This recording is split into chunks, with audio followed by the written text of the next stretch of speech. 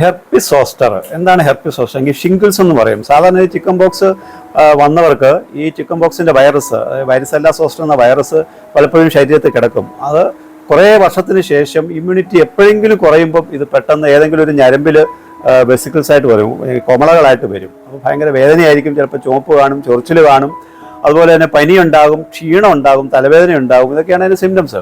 അപ്പോൾ ഇത് സാധാരണ ഞരമ്പ് പൊട്ടിയെന്നും അതുപോലെ തന്നെ അസ്ഥി വിയർപ്പം എന്നൊക്കെ പറയാറുണ്ട്.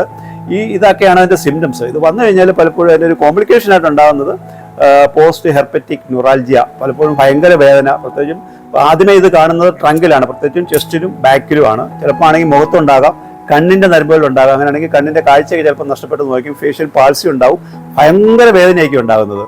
ഹോമിയോപ്പതിയിൽ നല്ല ഒന്നാന്തരം മെഡിസിൻസ് ഉണ്ട് ഈ പോസ്റ്റ് ഹെർപ്പറ്റിക് ന്യൂറാൾജിയയ്ക്ക്.